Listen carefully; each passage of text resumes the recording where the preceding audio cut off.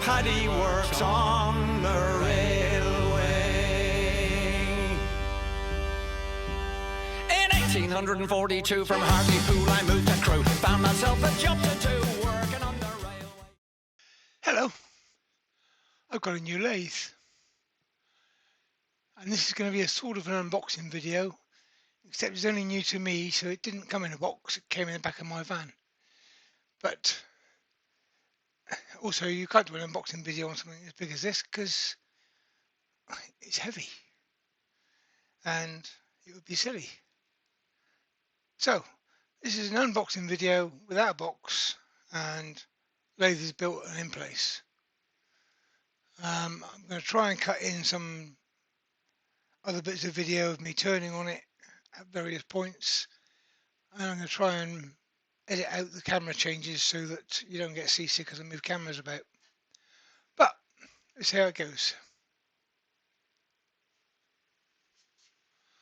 So this is what I bought.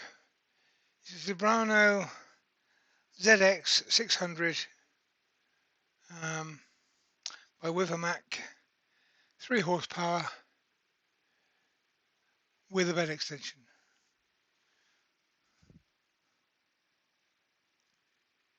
So it's that long, which is quite big for my workshop.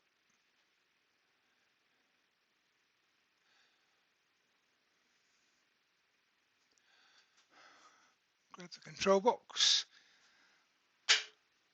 And when I was looking to buy this, I was concerned about these flashy lights in the headstock.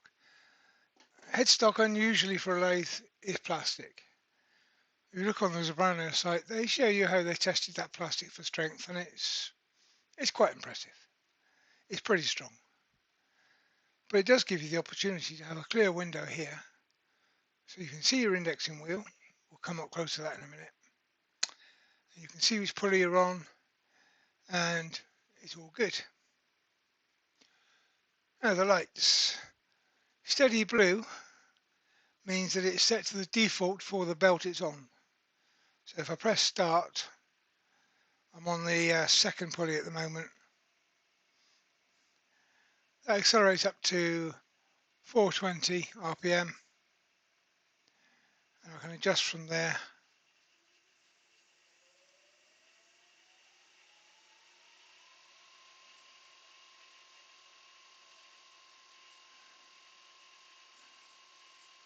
To 2490,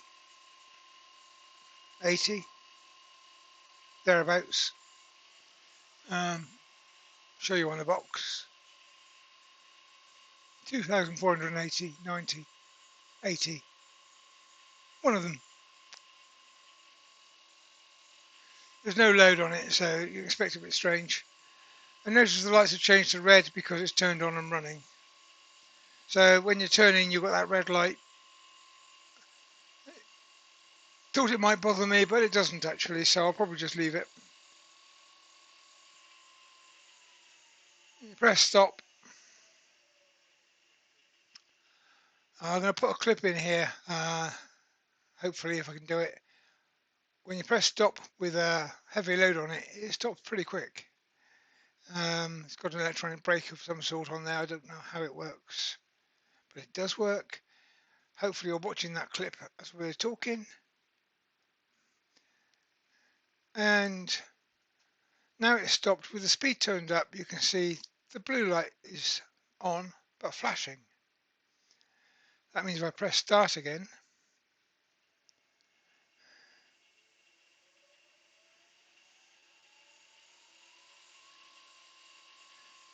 it goes back up to that speed in supposedly 6 seconds. That slow build is very, very useful if you're doing something with a thin stem, e.g. a goblet, because then the weight at the end of it doesn't snap the stem on you. But if you want a faster start, whilst it stops, you press this button down here. Orange warning light comes on, telling you that you've got the faster start on. Press start, and it ramps up the startup speed to apparently 3 seconds.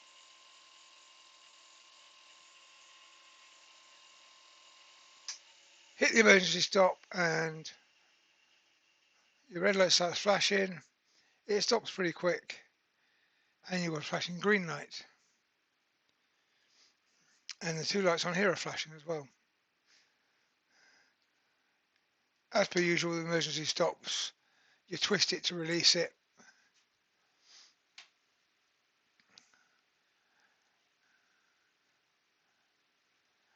And as far as I can tell, you then need to turn the lathe off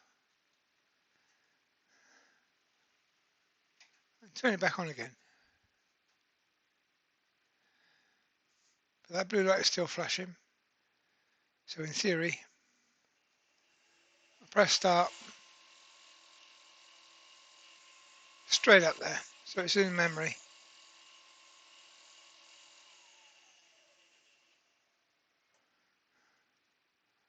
Turn that one off. You can also have forward is the green light on this side. It's got an arrow around it. I don't know if it shows on camera. Or reverse is the red light this side with an arrow going the other way. So pretty standard control set really. Quite nice. But strong magnet on the back so you can put it wherever you want. There is actually a bracket on the tailstock which I'll bring into shot.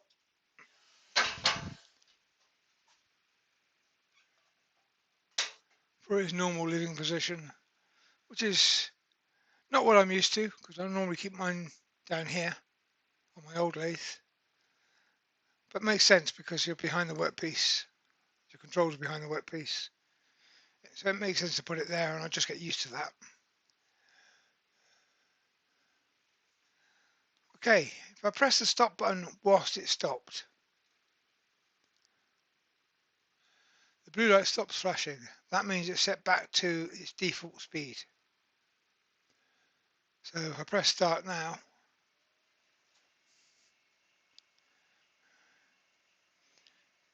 it comes back on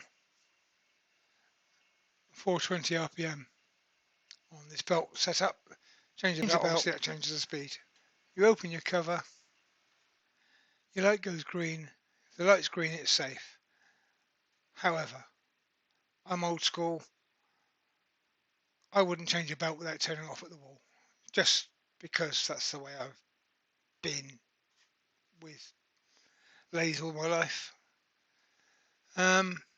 or any machinery to be honest. Make sure it's turned off before you do anything which puts your fingers in the way of harm.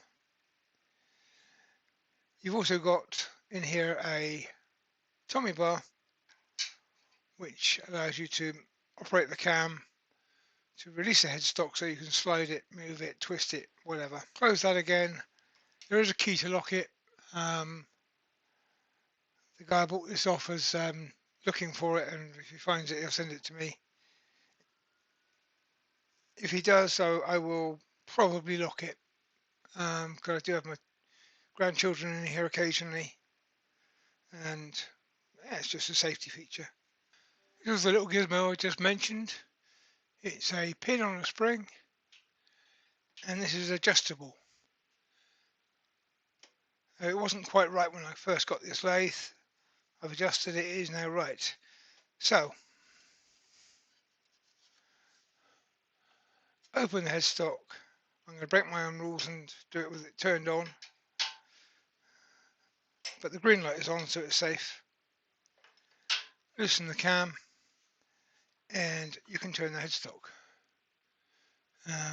As per usual, it turns to any angle you want, really. You can rotate it 180 degrees and work from the other end. Push this down, put it back. When that touches the bed rail,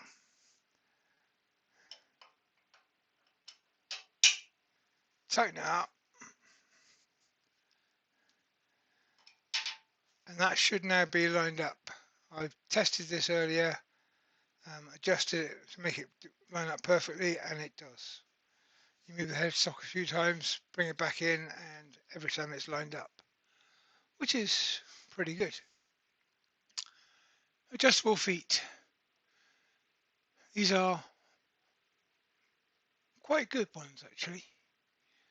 You loosen the 4 bolts on each foot, and then there's another bolt which you can adjust against the webbing cast into the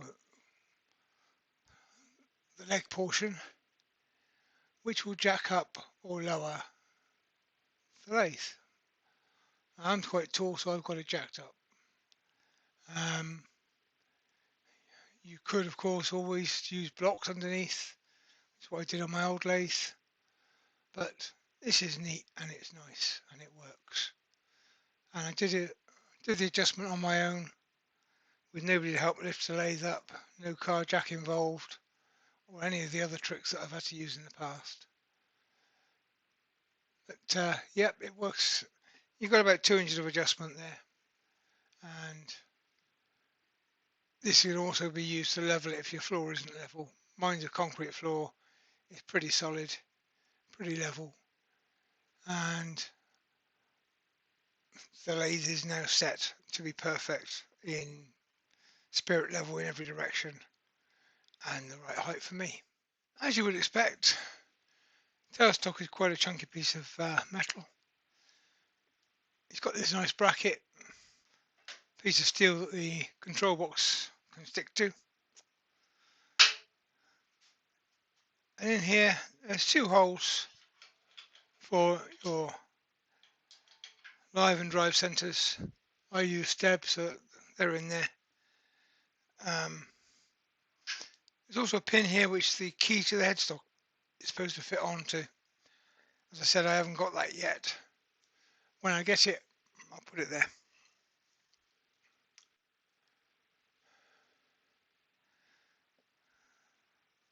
Now, obviously I chose this lathe, I wanted this lathe, so my review of this lathe is going to be a little bit biased. But I'll try to be as honest as I can, and there's a few things that aren't right with this lathe, which we will try to cover. First fault, minor, but it's still a fault. This is the wire which is coming out unobstructed from the headstock. I cannot take the tailstock to the end of the bed with that in position. I can always put it somewhere else, which will allow me to do that. But 2 inches out. 2 inches more wire, please. The banjo. Nice, chunky, solid, locks beautifully. But it's got a slight curve on the back here. And it's got a large width, which means that when you're trying to work in close on small stuff, the tailstock is hitting it. It's in the way of your tool rest, it's in the way of everything. If you could just turn that banjo 180 degrees, it would be so much better. Now there is a tool post mounting point on the other side. So in theory you can turn it 180 degrees, but that puts your locking handle this side, which isn't good. So I haven't done it yet, but I'm going to have a go at taking that locking handle out and putting it back in the other way around, and hopefully that will bring my tailstock into this nice relief area here. Now we've got this machine plate here, which is not the size of my tool post, but the tool post can fit in multiple positions on there, so you can adjust it to suit yourself. The only problem is that makes that a blind hole, so that will fill up with shavings. As is usual with this stuff, dust and shavings will collect in the bottom of there. Not a major problem, an annoyance. You can loosen this bolt, you can take it off, and you can empty it because it is drilled all the way through, but it's just up against this plate, so it doesn't go out the bottom. Minor problem, as I said, a minor oversight. So I think whoever designed This part of the lathe was probably in the pub too long the night before he did the drawings. That's my opinion, because it's nearly there, but not quite. This one's a sort of a positive comment. There's two holes at either end on the legs. I'm pointing at the ones at the other end that you can't see. There's two holes at either end. They're threaded holes. I don't know what they're for. I'll probably find out after I've done this video, but at the moment I don't know what they're for. It does make a nice place to put your spindle lock, which slides in there, and it's quite a handy position. But I'm sure that's not why they put threaded holes and two threaded holes at each end. So that's something I've got to learn yet. Another minor fault. This is the end of the extension. This extension weighs a lot. I had ideas of putting this extension on and off as I needed it. It took 3 of us to get it on there, 2 to hold it steady and 1 to put the bolts in. Now the end of the leg is threaded to take the bolts, which is what you'd expect, but the end of the extension isn't. Now there is a gas strut tailstock drop down I would quite like to put on here. I don't know if I can because it's not threaded, and I cannot lift and position and get bolts back in that extension on my own. So it's kind of there, it's kind of permanent. Now that probably means I will never need the gas drop down gizmo, but it would be quite nice to have if I'm using my extreme hollowing stuff.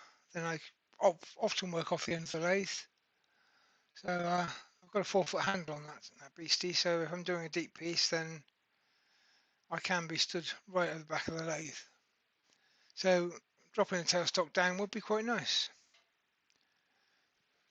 As it is, you've got to take the tailstock off and put it on the floor somewhere, which I would rather not do. And if they put threads in the far end of that, that will create a problem because it would then be handed, it would have to go on the right way round. But simply sticking a sticker on the front saying Zebrano ZX600 would tell you which way around it goes. If you don't look at the threaded holes to find out which way around it goes. But it also means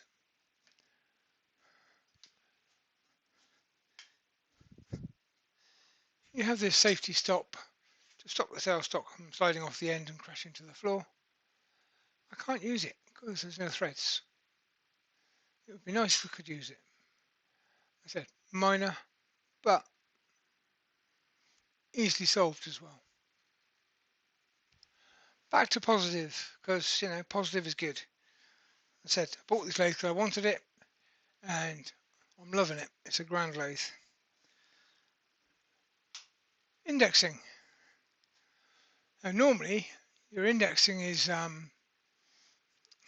almost impossible to use. You can't see it unless you are a contortionist and you open the lid and so on and so forth, which is fine because normally if you're indexing you should turn the lathe off at the wall, because if you're indexing you do not want to turn the lathe on whilst the pin's in there. So the lathe should be turned off, so safety covers up is fine.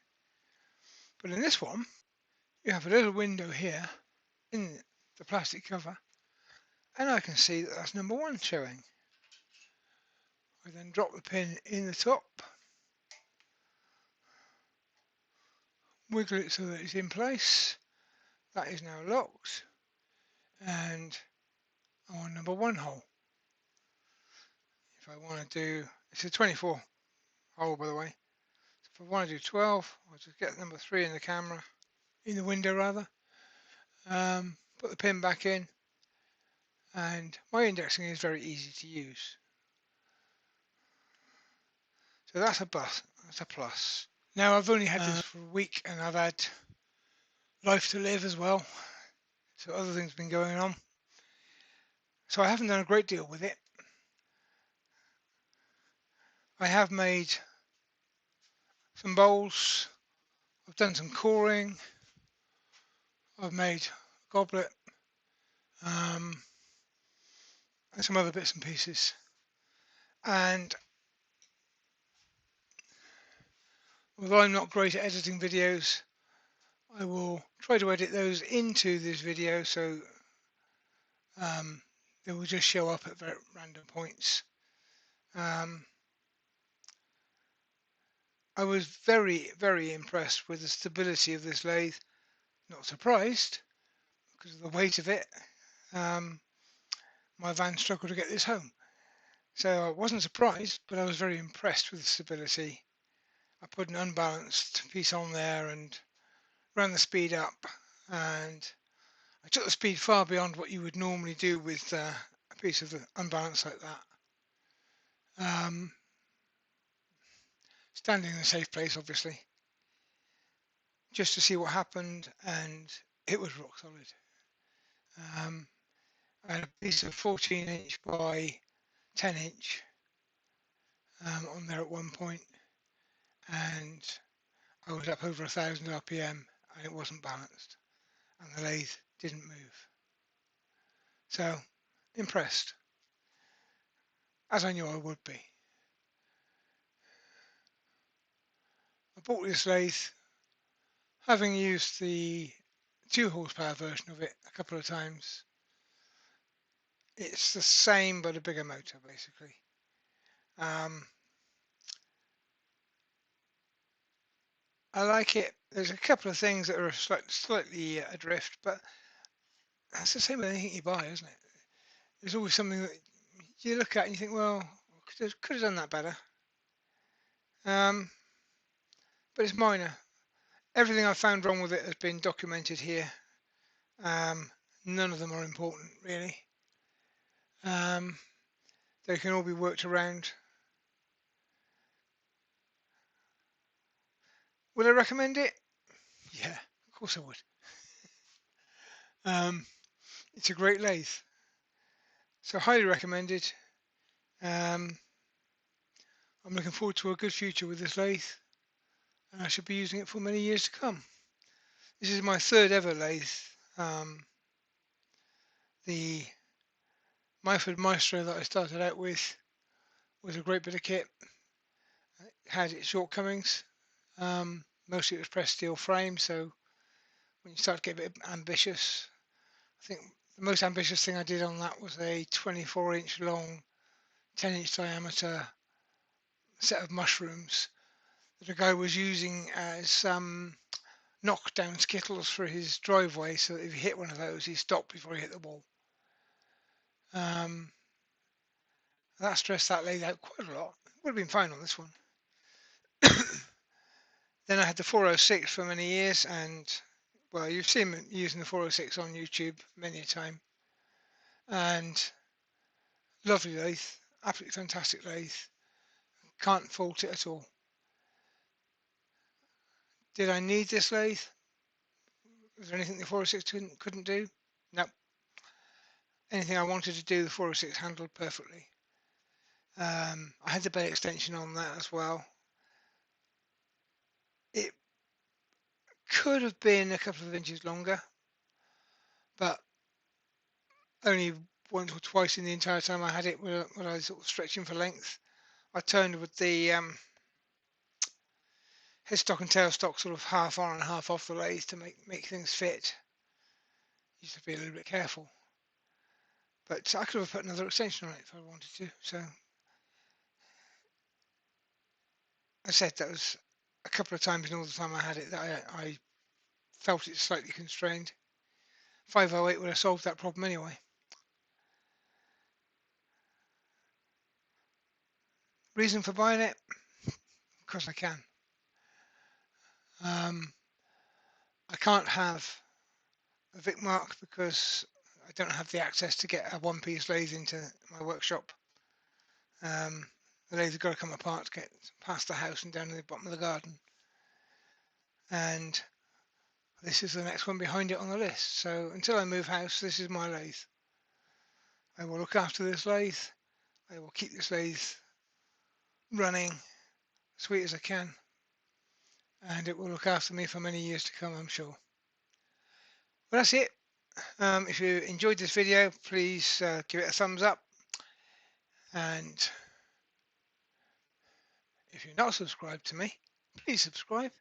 You'll see more stuff with this lathe getting done, as well as what I've done before. There will be, at some point, I will lower the bed down and do a silly big piece. I may even go for a floor standing and do even sillier and bigger. But depends on me getting a piece of wood to work with.